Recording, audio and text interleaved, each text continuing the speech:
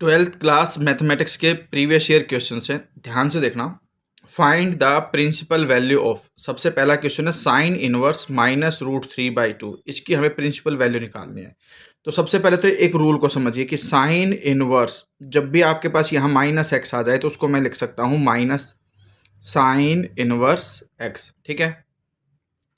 अब हमारे पास यहाँ पर एक्स की जगह पर जो वैल्यू है वो है -√3/2। नेगेटिव बाहर आ जाएगा, साइन इनवर्स √3/2। अब √3/2 किस एंगल पर हमारी वैल्यू होती है साइन की टेबल में? वो होती है 60 डिग्री पर, यानी कि 60 डिग्री आपका आंसर आ जाएगा। ये नेगेटिव एज इज रहेगा।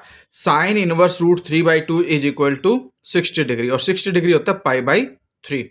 तो ये हमारे पास प्रिंसिपल वैल्यू आ जाएगी, क्योंकि ये आपकी जो इसकी रेंज है -π/2 से π/2 उसके बीच में बिलोंग करती है। ठीक है। अब हमारे पास आता है सेकंड वाला पार्ट, सीकेंट इनवर्स -2। ये हमें दे दिया। अब जब कभी भी सीकेंट इनवर्स आ जाए तो ध्यान रखना, सीकेंट इनवर्स -x जो है वो इक्वल होता है pi minus secant inverse x। यानी कि यहाँ पर नेगेटिव बाहर नहीं आएगा, बल्कि पाई लिख करके माइनस में सीकेंट इनवर्स x लिखा है, तो ये दोनों इक्वल होते हैं। तो इस रूल से ये पाई लिखा जाएगा, फिर माइनस में सीकेंट इनवर्स और 2। अब देखोगे कि भाई सीकेंट का जो रेसिप्रोकल है वो कोस होता है। कोस यानी कि 2 का रेसिप्रोकल 1/2 कर दो आप। अब 1/2 कोस की टेबल में कब आता है, कहाँ पर आता है, वो आपको टेबल से पता होना चाहिए। अभी तो मुझे तो याद है, मैं आपको बता सकता हूँ, लेकिन आपको टेबल बिल्कुल क्लियरली याद होनी चाहिए कि साइन की किस किस एंगल पर क्या वैल्यू होती है, कोस की क्या क्या वैल्यू होती है। तो हमारे पास जो कोस 1/2 होता है वो इक्वल होता है, मतलब कोस 60 डिग्री इज इक्वल टू 1/2 होता है, और कोस का रेसिप्रोकल करेंगे तो सीकेंट 60 डिग्री जो है वो 2 हो जाएगा।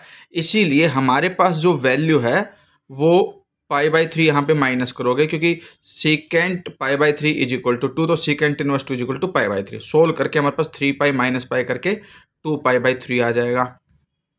ठीक है। अब हमारे पास थर्ड पार्ट आता है। थर्ड पार्ट ये है कोस इनवर्स कोस 7π/6।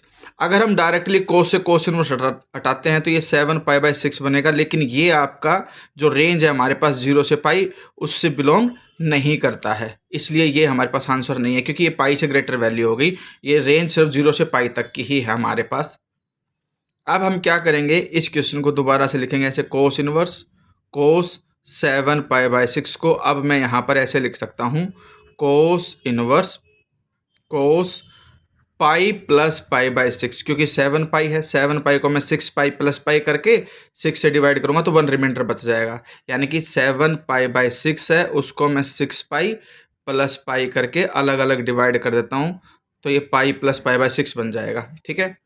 अब पाई प्लस थीटा, ध्यान रखना, कोस पाई प्लस थीटा हमारे पास थर्ड क्वाड्रेंट में नेगेटिव होता है, तो माइनस बाहर आ जाएगा, और कोस थीटा ये वैल्यू हो जाएगी हमारे पास, तो cos pi plus theta is equal to minus cos theta. तो ये आ जाएगा हमारे पास cos inverse minus cos theta, यहाँ पे क्या है π/6 है, तो इसको हम लिखेंगे ऐसे। ठीक है। अब कोस इनवर्स -x भी हमारे पास क्या होता है, पाई माइनस कोस इनवर्स x, यानी कि जब नेगेटिव आ जाता है कोस इनवर्स के अंदर, cos inverse -x is equal to pi minus cos inverse x, तो उस केस में हमारे पास यहाँ पाई लिखेंगे, यहाँ माइनस लिखेंगे क्योंकि यहाँ माइनस है।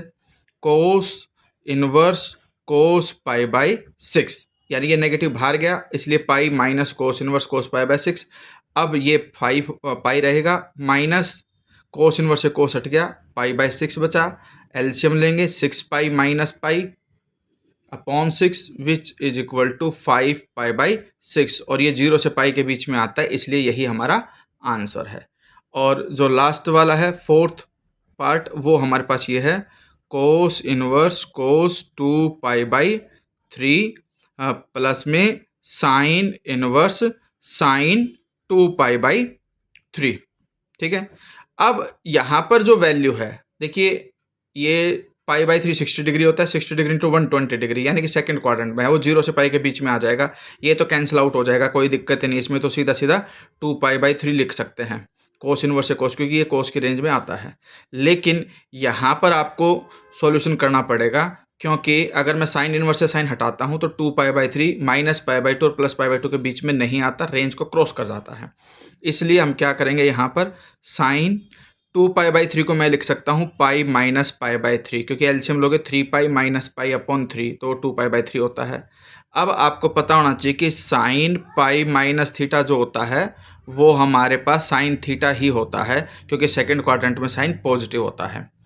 अब इसको मैं ऐसे लिख सकता हूँ 2π/3 plus sine inverse sine theta, theta यहाँ पे क्या है π/3 है, तो यहाँ पे π/3 लिख दो, इज इक्वल टू में 2π/3 प्लस साइन इनवर्स से साइन हट गया, π/3 आपके पास बच गया, एलसीएम आपके पास 3 आ गया, 2π plus pi which is equal to 3π/3, 3 से 3 कैंसिल, पाई आपके पास आंसर आ गया। तो इस तरह से ये चारों क्वेश्चन ऐसे थे जो सीबीएसई में 1 मार्कर में या 2 मार्कर में आ चुके हैं, तो ध्यान से इनको करना।